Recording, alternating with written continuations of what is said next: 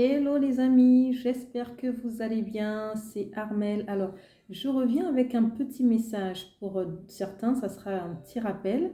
Je voulais juste parler d'un sujet qui me tient à cœur. Souvent, quand on suit la télé, quand on suit les informations, on nous parle souvent de prendre soin de notre santé en mangeant équilibré, en faisant du sport, etc. Mais rares sont les fois où on nous parle de garder notre cœur. Est-ce que vous savez que le cœur est aussi déterminant que manger sainement ou encore faire du sport pour notre santé?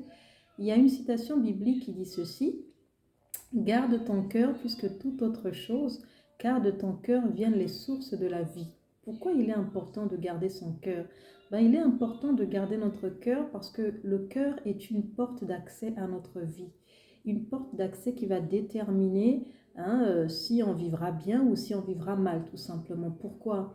Parce que imaginez-vous une personne qui passe son temps à ruminer sur le mal qu'on a pu lui faire, sur les mauvaises choses qu'il a pu subir, les traitements qu'il a pu subir dans son enfance ou étant adulte. Une telle personne va finir par se rendre malade. Pourquoi je vous le dis? Parce que je l'ai moi-même expérimenté. Il y a un certain nombre d'années, j'ai perdu ma sœur et j'ai perdu ma mère. Donc les deux en l'espace de quelques semaines. Ça a été deux chocs pour moi, deux chocs parce que c'était les personnes avec lesquelles je vivais. C'était très très difficile en fait j'en voulais à pas mal de personnes de ma famille parce que je me dis si ces personnes avaient peut-être réagi, on n'en serait pas là. Et pendant plusieurs années, j'ai vécu avec beaucoup d'amertume dans le cœur, beaucoup de colère et ça m'a rongé en fait, ça m'a rongé. Je priais et même des fois j'avais comme une forme de culpabilité parce que je savais bien que le Seigneur n'était pas d'accord avec la manière que j'avais de faire, donc de garder rancune à certaines personnes, de vivre vraiment de façon aigrie, amère. Mais c'était tellement plus fort que moi que je ne voulais rien entendre à l'époque. Et quelque temps après, je me suis embarquée dans une relation de couple qui s'est soldée en échec. Et là encore, mon cœur s'est rangé, mon cœur a pris un autre coup et j'avais vraiment beaucoup de colère en moi. Et au lieu vraiment d'aller chercher la face de Dieu pour m'aider à me défaire de toutes ces mauvaises pensées qui me rongeaient de l'intérieur, j'ai choisi de cohabiter avec. Et par la suite, je suis tombée malade, j'ai eu un problème de foie.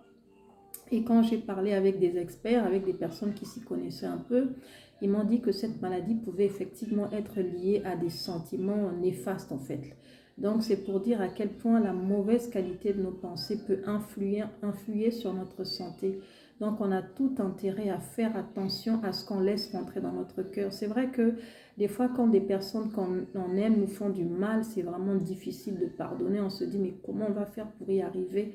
Mais il faut savoir que pardonner, c'est vraiment un processus, hein. C'est quelque chose qui ne se fait pas tout seul parce qu'en tant qu'être humain, on n'en a pas la capacité. Vraiment, il faut vraiment une assistance divine, hein. Il faut vraiment quelque chose de surnaturel pour nous y aider.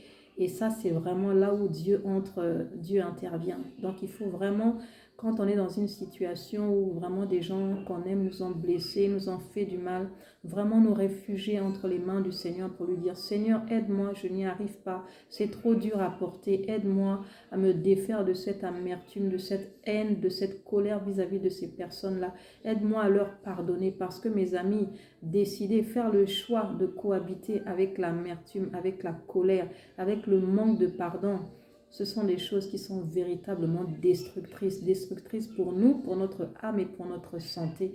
Vous savez, avant que la santé en prenne un coup, c'est d'abord l'âme qui prend un coup. Au niveau des émotions, on est bousculé justement par ces chocs-là, hein, liés à des trahisons, à toutes ces choses.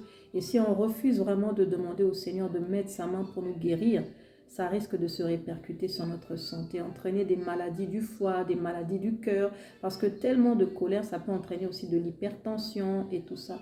Donc faisons vraiment attention. Il y a peut-être parmi vous qui m'écoutez des gens qui veillent à leur alimentation, à manger sainement, équilibré, qui évitent de manger trop gras, trop sucré, trop salé. C'est une très bonne chose. Et il y en a même qui font du sport, qui sont très sportifs. C'est très bien, hein, c'est vraiment très très bien comme démarche. Mais veillez aussi aux portes d'accès à votre cœur. Ne laissez pas l'amertume vous gangréner de l'intérieur et réfugiez-vous entre les mains du Seigneur si vous avez vraiment un problème de pardon. C'est vraiment salvateur. Donc voilà les amis, ce que j'avais à partager avec vous. J'espère que ce message fera écho à quelqu'un. Je vous dis un une belle après-midi et à très vite. Bisous.